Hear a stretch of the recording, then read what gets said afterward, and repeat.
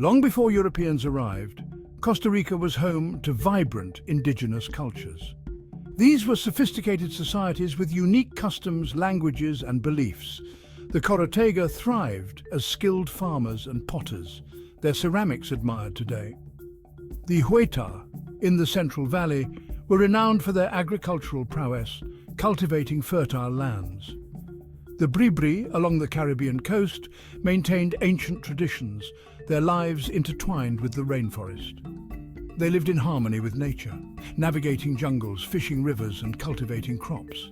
Their lives were deeply spiritual, with ceremonies honoring nature. They passed down knowledge orally, ensuring cultural continuity. Through carvings, dances, and storytelling, they kept their history alive. United by a profound respect for the land, they understood nature's balance and lived sustainably. These practices allowed them to thrive for centuries. Their legacy inspires modern Costa Ricans, emphasizing environmental stewardship. Though impacted by Europeans, they left an indelible mark. Their resilience and cultural expressions echo in Costa Rican society today. Their story is a vital reminder of the rich tapestry shaping Costa Rica.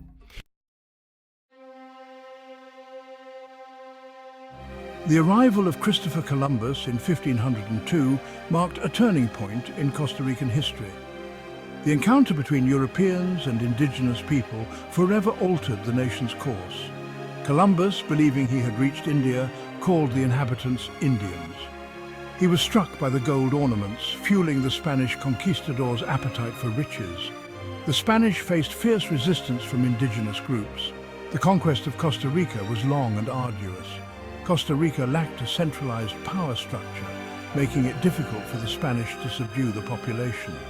They encountered independent groups defending their autonomy. The indigenous people fought bravely to protect their lands. Despite resistance, the Spanish gradually established dominance. They imposed their language, religion, and customs on the native population. European diseases decimated the indigenous population. The vibrant tapestry of indigenous cultures was forever altered.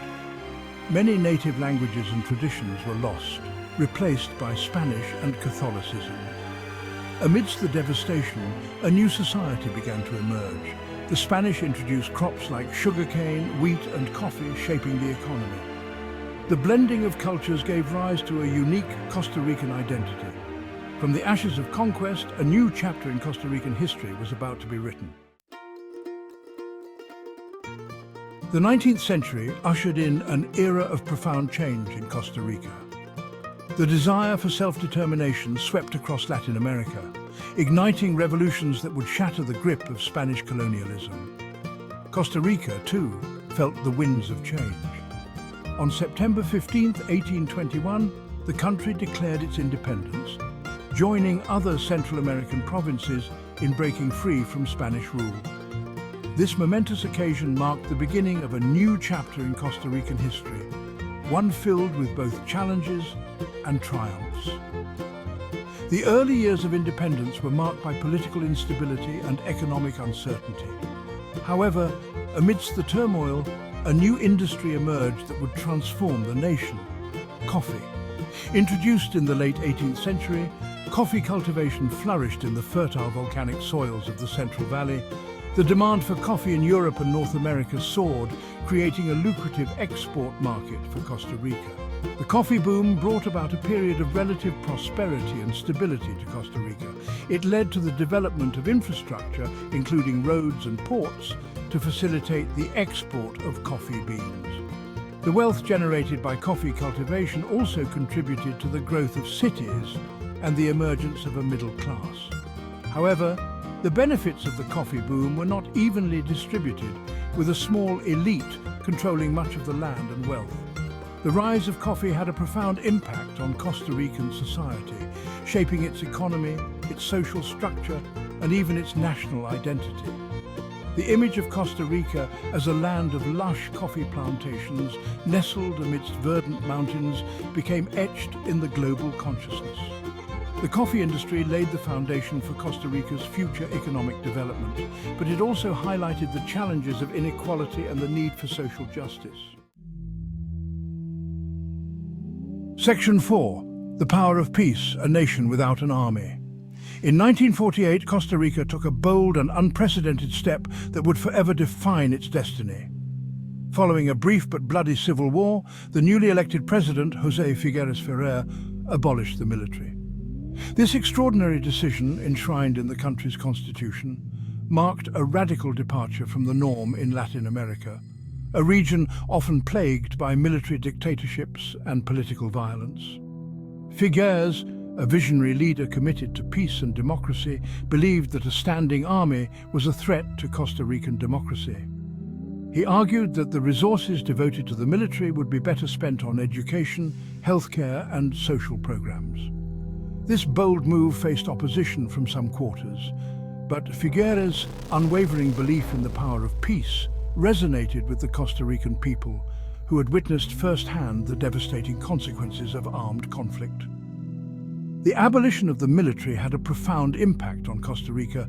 It freed up resources that were redirected towards education, healthcare, and social welfare programs. This investment in human capital paid huge dividends, transforming Costa Rica into one of the most literate and healthy nations in Latin America. Moreover, the absence of a military fostered a culture of peace and dialogue, allowing Costa Rica to avoid the political violence and instability that plagued many of its neighbors. Costa Rica's decision to become a nation without an army was a testament to its unwavering commitment to peace. This courageous act, rooted in a deep belief in the power of dialogue and diplomacy, set Costa Rica on a unique path, transforming it into a beacon of democracy and stability in a region often marred by conflict. Section 5. Education, the foundation of progress. Central to Costa Rica's peaceful rise has been its unwavering commitment to education. Recognizing that an educated citizenry is the cornerstone of a thriving democracy, Costa Rican leaders made education a national priority. From the early days of independence, the government invested heavily in building schools and training teachers, even enshrining free and compulsory education in the Constitution. This dedication to education has yielded remarkable results, propelling Costa Rica to the forefront of human development in Latin America. The abolition of the military in 1948 proved to be a turning point, freeing up significant resources that were redirected towards education. This investment allowed for the expansion of primary and secondary education, making it accessible to children across the country regardless of their socio-economic background. The government also prioritized higher education, establishing universities and technical schools that provided Costa Ricans with the skills and knowledge needed to compete in the global economy. The emphasis on education fostered a culture of learning and critical thinking in Costa Rica. It empowered citizens to participate actively in the democratic process and contribute to the country's development. The high literacy rate translated into a skilled workforce, attracting foreign investment and fueling economic growth. Moreover, education played a crucial role in promoting gender equality, with women achieving parity in education and increasingly taking on leadership roles in society. Costa Rica's story demonstrates the transformative power of education. By investing in its people, Costa Rica has been able to create a more just, equitable, and prosperous society. Its success serves as an inspiration to other nations striving to achieve sustainable development and lasting peace.